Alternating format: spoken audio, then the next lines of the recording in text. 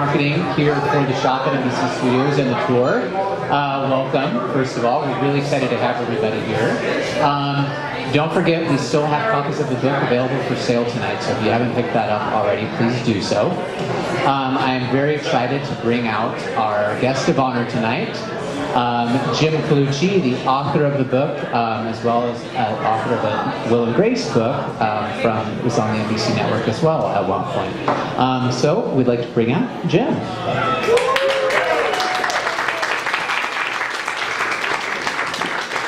Hey everybody, thank you so much for coming. So, Rose Nyland for president. I think it's a good idea. I mean, America seems to want an outsider. She's an outsider. She's got foreign relations experience. She deals with Russia very well, as we all know. She's popular with the Latino community after her work with Enrique Mas. And we've never heard her say anything racist other than the time she said, different on outside, same on inside. But other than that. But no, seriously, I thank you so much. I'm so happy to talk about this. It's been 10 years. This book was 10 years in the making, and I can talk about that later. But more interesting than me talking about the ins and outs of publishing is talking to the three people that I want you to meet that I'm going to bring out right now. Three of the executive producers of the series at different times in its run. And they are Kathy Speer, Terry Grossman, and Richard Vaczy.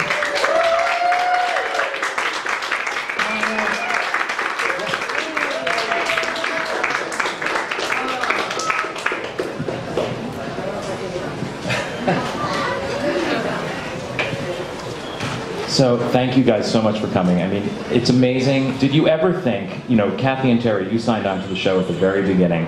Did you ever think you'd be sitting here 31 years later after that pilot taping night?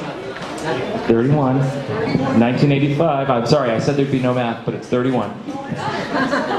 Yeah, that's right. Tell us about that. You were, what were you doing 31 years ago, and then did you think you'd be here now talking about this show? No.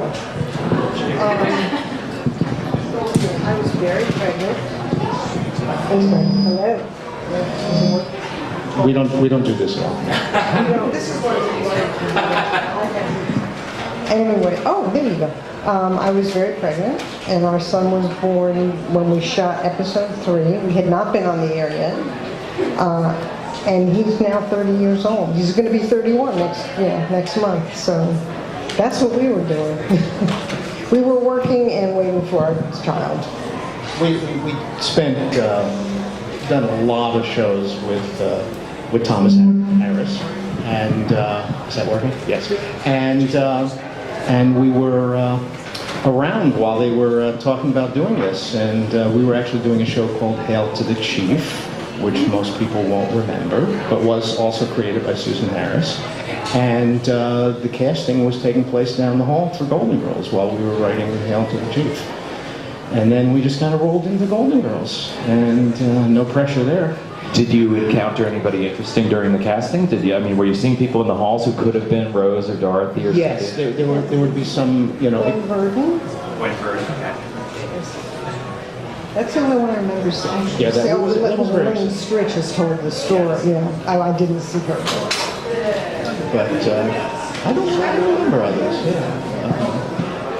So, what is it about the show that you think makes us still love it now? Because it was about old ladies, and it certainly wasn't just for old ladies back then, and it certainly isn't now. Look at this crowd. So, what makes the show last so much? I wish I knew. I'd like to do it again. Yeah. Well, I'll offer a thought from the beginning, and Richard, the rest of the way. I should say, Kathy and Terry were on the show for seasons 1 through 4. Richard for seasons 4 through 7. So you had one season of overlap. Right. It was a pleasure to work on the show because the people were so great, and that came through the characters. I think all 4 ladies were just terrific, and people loved them. I mean, it helped that the story was a story people were interested in. It helped that it was funny. But those 4 ladies together just made magic, and you fall in love with them, and that's the best cast in history of television. They were fabulous. Definitely. They could do anything, and they did. I agree with everything that's said. I would just add that these four women, or as friends, offered people outside the show a rooting interest. They were people at an age, at a place in life where you never thought you could find success or find love, or life could be okay. And so everyone, the part of them that was looking to try to be something that people didn't think was possible, might attach to the show. Plus, it was also really funny, and the casting was superb. And the early seasons are TV history for sure. Now, when we go back to the very beginning of the show, I know you guys had told the story that's in the book that you were working on Hail to the Chief, and you came over because Whit Thomas, I think is a courtesy to them, right, to help out with Golden Girls, as people do on pilots, and kind of fell in love with it. The spark was right there for Estelle Getty from the beginning, and she wasn't intended to be full-time, correct? So things changed early on. Yeah, I think Contract was. I really don't know what her contract was, but no, it was always She the was going Golden to be- Girls and Grandma. right, and that was going to be a balance. recurring character, and there was another regular character, Coco, the cook, and I'm going to forget the actor's name. Charles Levin. Thank you very much. Who was wonderful, but they realized, I think, that they had two characters providing the same service Estelle in the just show. knocked it out of the park yes, from the pilot. yeah. The description that everyone always uses about the taping of the pilot is Jay Sandrich saying, "My God, it's an all-star game." It was just one after another, knocking it out of the park. I love the analogy of an all-star game of old ladies. So the show, as it evolved through time, I correct me if you think that this is what happened, but I think that, as of course characters gelled, as they always do as shows kind of deepen, and I think that in some later seasons it also became a little more surreal sometimes, a little more jokey sometimes. What did you do to keep the characters grounded, and what was it about each one that you really loved, where you could then go off and tell an absurdist story, but it would still be rooted in something? Well, I mean, as Kathy and Terry moved on to other things and we came into the show, the women were totally grounded. We were all interested in doing very real shows about their place in life, and over time also told stories about things that had a lot of social meaning back then, things that would never be touched on before. AIDS, coming out of the closet, other things, homelessness, things that we touched on along the way. As the show went on, after Terry and Kathy left, the show was so funny. To get a live audience to laugh every Friday night, you had to take it a little bit further each year to make them still laugh. And so the show did, I would agree, get a little jokey, although there were some writers who made their way onto staff that was their organic way to go, where others of us were trying to keep the show more human. And so I think in those last seasons you would probably see half of the shows being jokey over the top, and the other half being a little bit more sentimental. And as you can tell, I'm the sentimental one. I couldn't pick a favorite. If I had to say what did I like more, though, jokes or sentimentality, the show did both so well. I think that was one of the things that a lot of you writers commented on. The show was able to do both speeds very well. Well, that's what I was going to say. You can't find that on every stage. I mean, you can find funny people on the stage. You can find some people who can do sentiment, but a cast that can do all of that. That's when you have fuller, more satisfying shows, both for the audience and for the people who are doing the show. What is it about the show that you think gave you license to talk about issues that maybe some other shows didn't dare? I think it was being a hit show. They back off just a little bit, and they never questioned us on the AIDS thing or the homeless, nothing. If we had stumbled, we would have heard from them, but It was a hit out of the box, and NBC was very supportive from the beginning, and notes were given as suggestions. There was never really a time that anyone said, this is what we must do, this is what you can't do. And we were feeling our way along at the beginning, but everybody, because we were in our office on a Saturday night working on a script before the show had premiered. and we had the television on in the background for whatever reason, and a commercial came on. You know, the new season's big hit, The Golden Girls. No pressure. Well, we haven't written it yet. We're sitting there. It's like, give us a chance. So, but that also worked for us in terms of the network allowing things to happen. I don't think they would anymore. I don't think they take the time to allow it to grow the way that it did. I mean, we started the first season. How many relatives came to visit as we tried to figure out, you know, what the relationships were, and you know, okay. I would like to ask a question of you guys, because everyone always asks about the socially meaningful shows that we seem to do an awful lot. Was that a conscious decision on your parts to do that? Because I know when we were there, that they just sort of happened. I mean, you had great actors and you wanted to put meaningful things in their mouths. I mean, we didn't really say we have to do this, but they were interesting, good shows. So did you think that maybe you wanted to do those shows, or it just organically happened for you? I think most writers want to do something meaningful, and it's not very often that you get the blank check to do that. And again, if you have a hit show, you can push the envelope a little bit. So I don't think it was anybody sat down and said, okay, now we can do something, you know, socially relevant. But, you know, we could touch on this subject, and we can make it funny, and have a good time with it. I mean, there was Tony Thomas, one of the executive producers, is a very funny person and very smart, and with Paul Witt and Susan Harris, you know, obviously the driving force in this. But we'd be going through a script, and Tony would go, "It's 6 lines and there's no joke." And we go, "Tony, it's 20 seconds in television time. What is this, a Quincy? You could put a joke in there."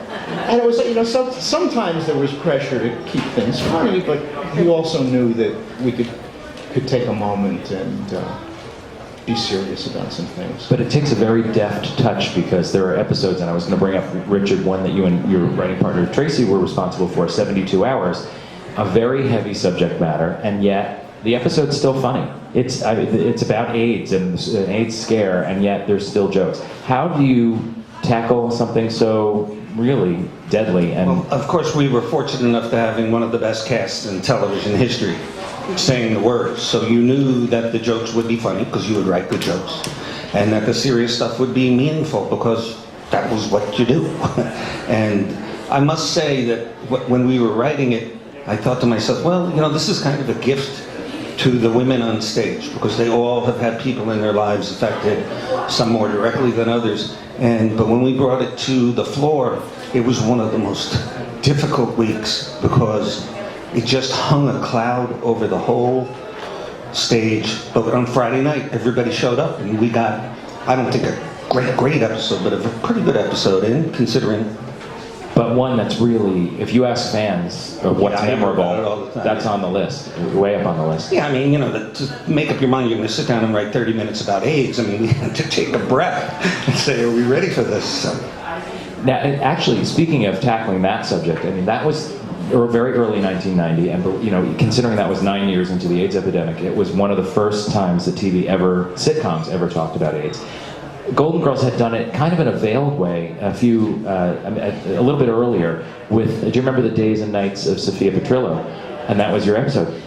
It was really masterfully worked in, because when we see that one of the things that Sophia was doing with her day was visiting a young AIDS patient in the hospital, and I don't think HIV/AIDS was ever named in that way. No. Sophia said in a veiled way, like, someday we'll find a way to beat it.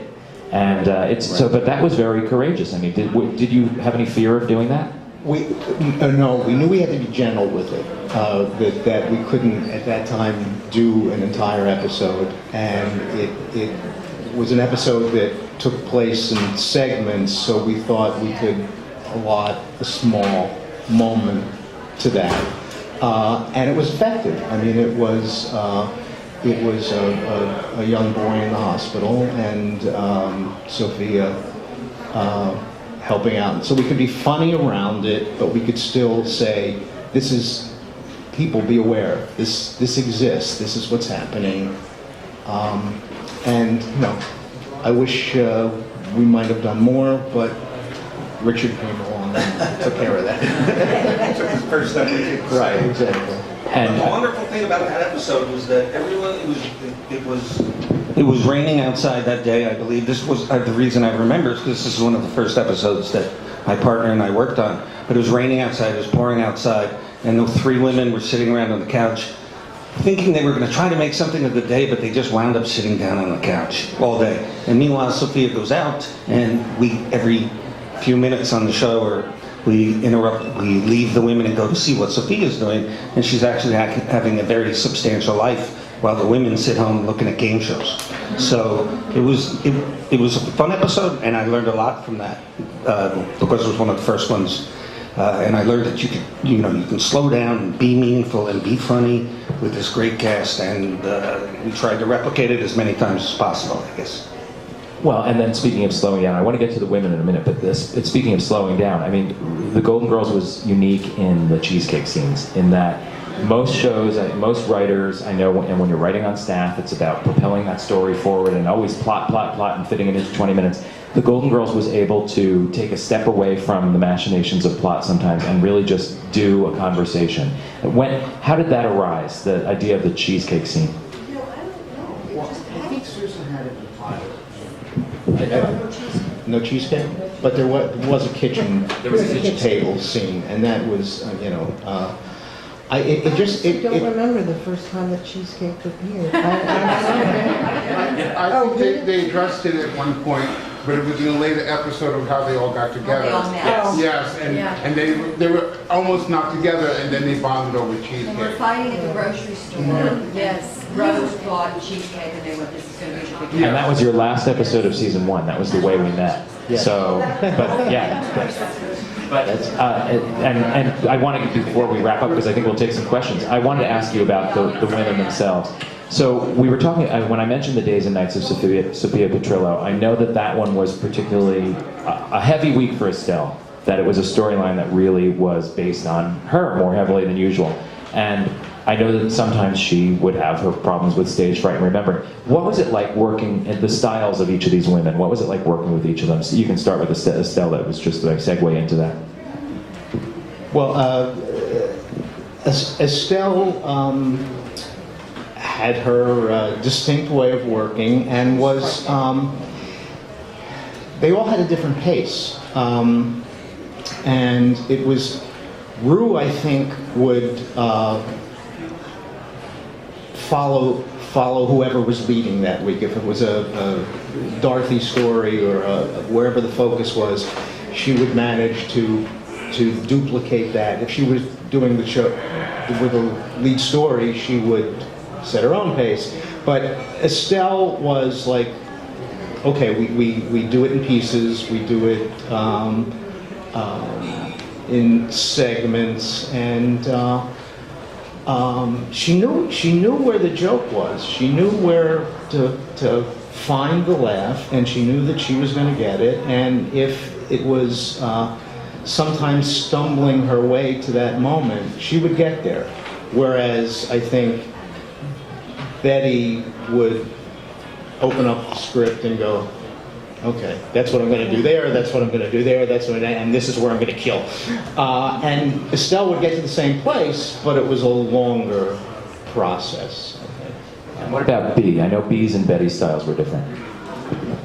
I mean, they were all pros. Let me just add on Estelle. She was not well known. She was not known when she did the Golden Girls. I remember there was the joke in the office where they said Estelle's famous line was, 50 years in theater and never a bad seat, because she had spent her life here and doing theater, and then was cast in the show, and she was on the stage with 3 of the greatest actresses of her time.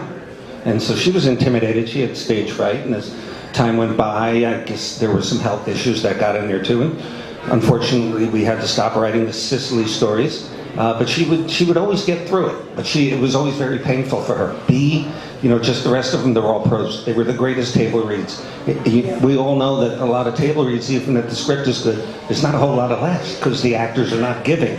You would sit down, they were right across the table, and you would see the show, just you and them. It was terrific. The most professional people we've ever worked with. I just wish we knew it at the time. I thought it was always going to be like this. It just didn't happen. And you mentioned the Picture at Sicily stories. The origin of Picture at Sicily and St. Olaf stories, where did those come from? Those were in your first 4 years, certainly. Yeah, it was a rewrite, a desperate rewrite, really. I forget, it was the Mama Celeste story. It was the first one that we wrote. And it was midnight. And we would, I don't know. Things happen when it's midnight and they need a script in the morning, and that's... It really was we have a scene. We have a scene here. We have nothing to say. We need to fill some time and make it a full scene. And this story happened. Everybody remembers the origin of it a little differently than, but Like an actual Picture at Sicily story. yes, exactly. But there were four of us in the room when it first happened, and it was. And we made ourselves laugh, and we figured, worth a shot, You never know when you stumble upon the gold that you're going to keep mining, right? I want to get to your questions. The last thing I was going to point out, we mentioned guest stars before. Is he still here? John Schuck. Gil Kessler is here. Blanche is the man Blanche was accused of having an affair with. Is he still here? He was here. He was here before. I wanted to point him out. So if you remember that episode where Blanche was accused of sleeping with the man who was running for office. Any other guest stars you want to point out as favorites before we throw it up to them? You worked with some legendary people. Well, for me, and it was the show we wrote, was Dick Van Dyke. Of course, he's a legend among legends. We had the luxury of almost anybody would say yes. Because we were doing The first Big Daddy, Murray I Hamilton, loved him. we just loved. Murray was fabulous, and everybody wanted to do the show, so it was great to. Land Bob Hope. Bob Hope was. Betty helped with that. Yeah. That was a great experience, and what a nice person, and just like just charming. The one we couldn't get, and we tried, Suzanne Plachette. Guest stars are generally paid a little bit less than the recurring stars, and in the case of the Golden Girls and hit shows, they'll take less money to get the exposure of the show. And most everyone would accept that, except Suzanne. She wanted a lot of money. And we offered her time after time, different roles. I mean, she would be perfect for that, right? And she just wouldn't do it unless we gave her the money, and it just wasn't there to do it. Well, it's a shame. Besides, Debbie Reynolds showed up instead of her. So Well, that wasn't a bad plan B. Debbie Reynolds. Debbie Reynolds. Okay, well, let's take your questions. Does anybody have any questions for these guys? Go ahead. I have two very quick ones. First of all, did you take poetic license when you had Blanche not know what the word lesbian meant? And the second question is, it doesn't make any sense to me, then it's still, but it's funny as hell. And because she's so Sometimes you have to make that choice. Yeah. Does it make sense, or is it just damn funny? Well, I mean, it was damn funny. And the second thing is, where is the book of the men of Blanche's boudoir now? Oh, yes. Blanche, Elizabeth, Deborah. It was a calendar. Yeah, it was her Christmas gift Yes. to everyone. Probably a prop man somewhere has it. From my Unless understanding, Drew took it. there's pictures of the top men in there. Yes. I actually didn't see it. What happened with that is that, if you know the story behind it, there's a story in the book. They were meant to have this prop that was just going to be blank pages or whatever of the men of Blanche's boudoir. And the crew decided to play a prank on all the actresses. So they stayed late after you guys had all gone home one night, and they took obscene pictures of themselves, like wearing a saddle and with whips, and they made up a replacement prop, and they put it in each of the boxes that the women were supposed to unwrap.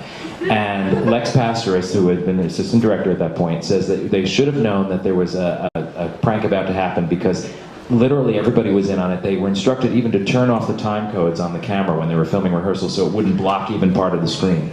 And they filmed this rehearsal where one by one the women went through their lines and opened up the calendar and just lost it. And then afterward they filmed somebody just holding the pages open and they filmed each page. So you can actually get stills from that film of the Men of Blanche's Boudoir. The calendar is probably with one of those prop guys now. I would imagine. I would think so. And someone may just reproduce the calendar someday.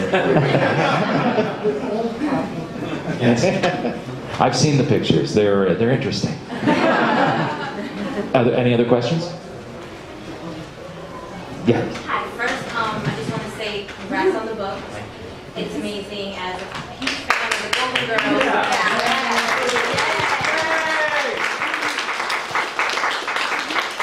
Golden Girls, we found our Bible. So thank you. Also, I want to know who wrote It's a Miserable Life, because that is my favorite episode, and the Frida Claxton and Mr. Pfeiffer thing. That was amazing. That was Morton Barry. Barry was almost here tonight, but he couldn't make it. Yeah. Also, the I title of remember. my autobiography, by the way. So it was Mort, Nathan, and Barry Finero. I love that one too. That's my favorite one. And Nan Martin came back again, or maybe that was her second time. I'm trying to remember. She had also played Philomena, the woman from Italy who may be Dorothy's real mother. I actually, one of my favorite, I think, television shows of all time, the two-parter of Sick and Tired, because everything is in that. It is funny, it is sad, Blanche writing her book and not being able to name any writers and knowing that she has writer's block, and then saying, Dorothy, go get me a present when she goes to the doctor, and then Sophia with it just has everything. That is one of the best. Who is responsible for that? Richard, you should answer. That was season 5, beginning. So. Susan Harris, both episodes. God. She was suffering from that condition herself. Oh, really? She did not know she created the show. She did not necessarily write that many episodes, but in that season it's she timely started. now with all the chronic pain that people go through and how people don't listen, and it's just amazing how it holds up, and it's still fun and poignant. I have to tell you, the first time I read that script, being a little green, I said to my partner, I said, I don't think this is funny. And then it went to the table and it exploded. Hilarious. Oh my God. It was Hilarious. such a lesson in character comedy to me, as opposed to writing jokes, which unfortunately the show fell into later in. Well, I mean, it was sad at the same level, and then when Rose ended up going with her to New York, and she'd never been here, and Dorothy's crying over, and she thinks she's crying about King Kong, and it just... Well, it's a great example of someone bringing their own life into a show. And I also think it's a little bit of an example. I'm always impressed watching the show how it was prescient about things of today. And I mean, just little things, like they didn't have the term mansplaining back then. But I mean, that's what those doctors were doing to Dorothy. They were all mansplaining. Oh, honey, you're not sick. Just get a new hairdo. Dye your hair, yeah. Anybody else? Okay, I'll ask another question. Okay, it's very simple. Who came up with shrimp? Oh, the Jonathan Newman. Yes. Morton Barry, yeah. Panero and Nathan, that was, they won the writing Emmy that season for a hysterical episode. It was...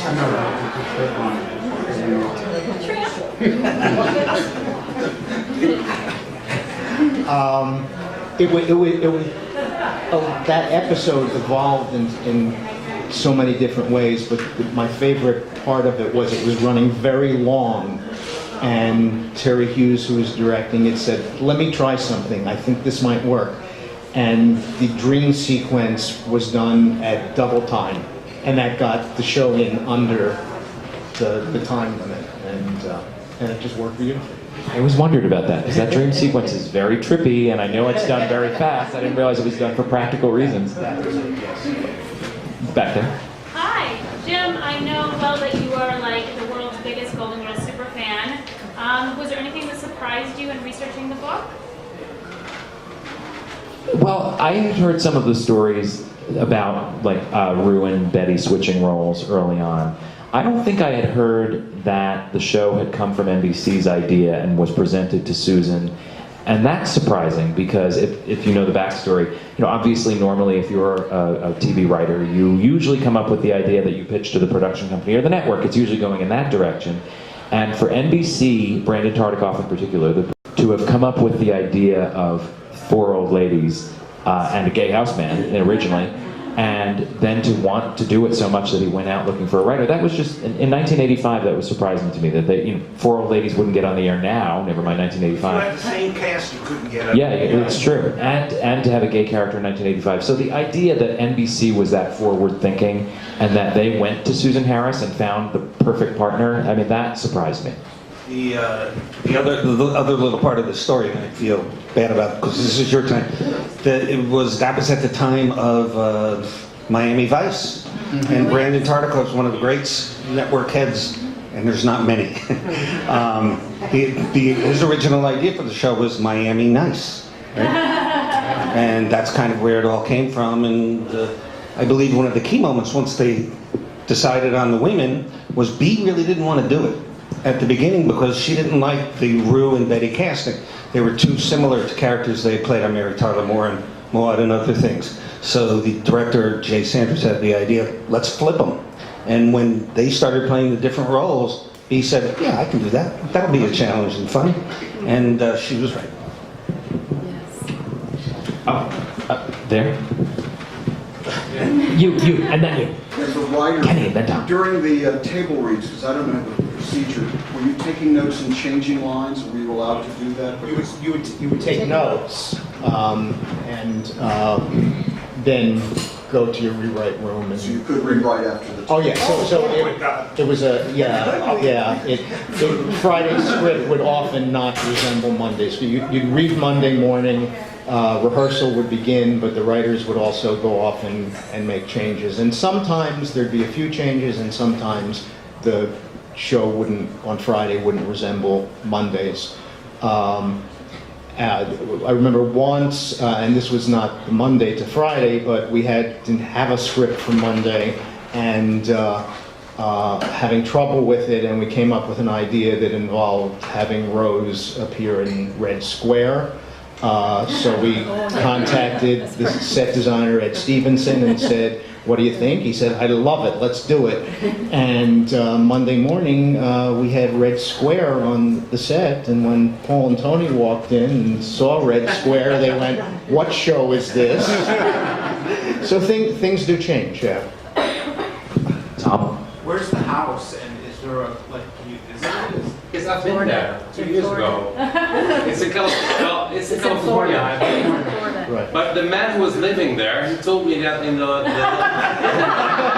So you rang the doorbell.